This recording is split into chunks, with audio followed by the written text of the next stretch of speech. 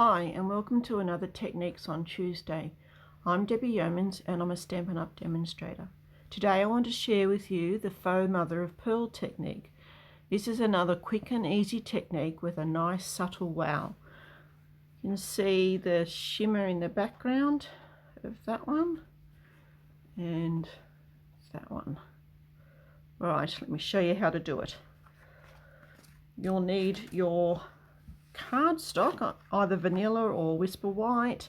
You can also use glossy cardstock if you have it. We've got the Frost White shimmer paint and a piece of scrunched up cling wrap to do this technique.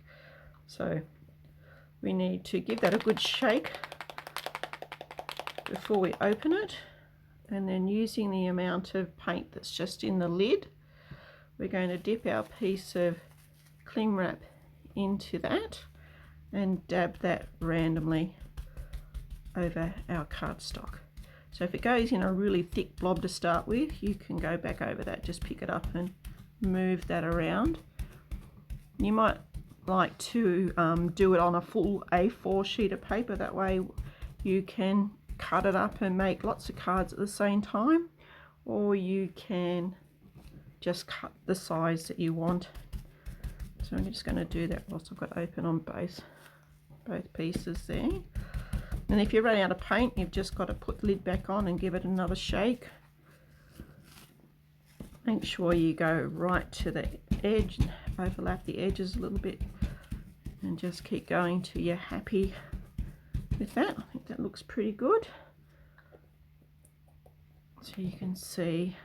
So you just need to let that paint dry, or if you haven't got time or you're impatient, want to get it done straight away, then you'll need to grab the heat tool and just dry that off before you add your next layer of colour. So there are two ways that I like to add it on. The first way is brayering it. So I'm using the foam brayer today, or if you've got the rubber one, you can use that as well.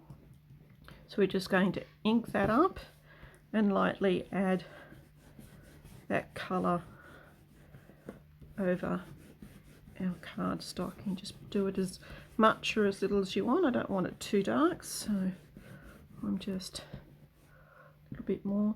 The tip when doing the foam brayer, just make sure you don't press too hard into your stamp pad so you gouge out. The next thing you'll need to do is grab a piece of paper towel or tissue and just give that a little bit of a polish to remove any excess ink off that one, and we'll come back and do some stamping on that one in a moment. The other way you can do it is just using your sponges, and you can do it with multiple colours. So this one I'm using the Blueberry Bushel, Balmy Blue and Coastal Cabana.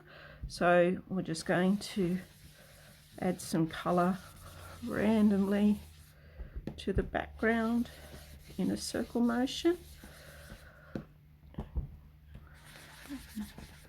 Again, you just keep adding the colour till you're happy with the intensity that you've got.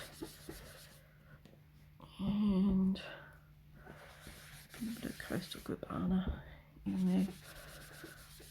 And you can come back and add more colour if you need to fill in those gaps. And again, once you're happy with that colour, give it a little bit of a buff with your paper towel. Alright, so that one's ready to go. And I'll bring back in the first one that I did. Now I want to add a few more extra background stamps to this. And I'm using the stamps from this stamp set. So I'm going to be using those three for this card. You know, Mary Moolah, I'm just going to stamp off first, so I've got a lighter colour. And in this one, it doesn't really matter if I don't get the whole image, I just want that to add to the background. And then using the crumb cake and the leaf, I'm going to stamp just down the edge of this card, just to add that little bit more texture. Now with this one, you will need to heat set the ink. Otherwise, if you don't and you rub it or put something on it, you'll end up with a bit of a smudged mess like that. So make sure you set it before you do anything else with it.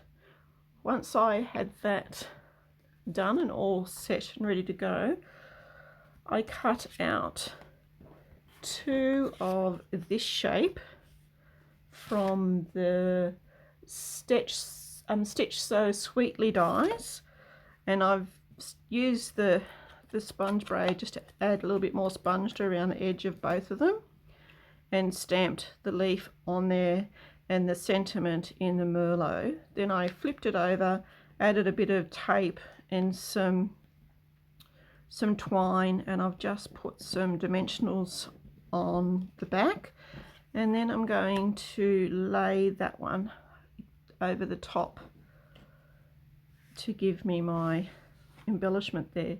And then the last thing I did was the flower, and that is using the Press Petal Specialty Designer Series paper, and this is actually on the retired list, so if you like this, you'll need to get in and get quick before it comes. It's a little bit different to the normal washi tape in that it's got all these lovely little individual petals on it, and you will just need a scallop or a circle, doesn't matter, and you're just going to peel those petals off one at a time and work all the way around. It takes about 5 or 6 petals to create your flower.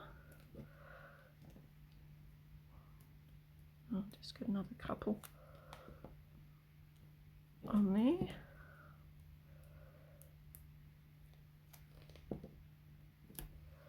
And one more.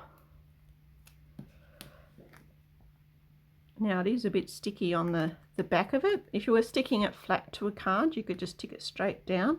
But if you grab your embossing buddy and give that a bit of a pat on the back, it will take that stickiness. As you can see, that's not sticky anymore and it won't stick to anything. So just putting a few dimensionals on the back of that, you can stick that straight to your card. And then I've just used some gold gilded gems to add the center to that. Oops. And lay it on a crumb cake card base and the Merlot. Okay, so that's how I finished that one off. For my lighthouse one, I took my piece of card and I cut it out with the stitch rectangle size, just like that, so it ends up like that. And then this time, to stamp the image, I'm using the StazOn black ink. By using the StazOn being a permanent ink that will stick to anything, you don't need to use your heat tool. It should be pretty right to go straight away. So you'll just stamp that image down, and then I've used another size from the stitch rectangles and cut out that lighthouse. And once I had that cut out, I then raised it up with some dimensionals, and on this layer I put the sailing ship and seagulls, and then on the bottom layer I've used some more seagulls and the sailing ship to get the dimensions on that. And there you have it. That is faux mother of pearl. You can use it as background, you could use it and cut out flowers or butterflies with it as well, but as I said, it's a quick, easy technique that has a nice subtle wow. So I hope you enjoy this technique and give it a try. Thanks for joining me today.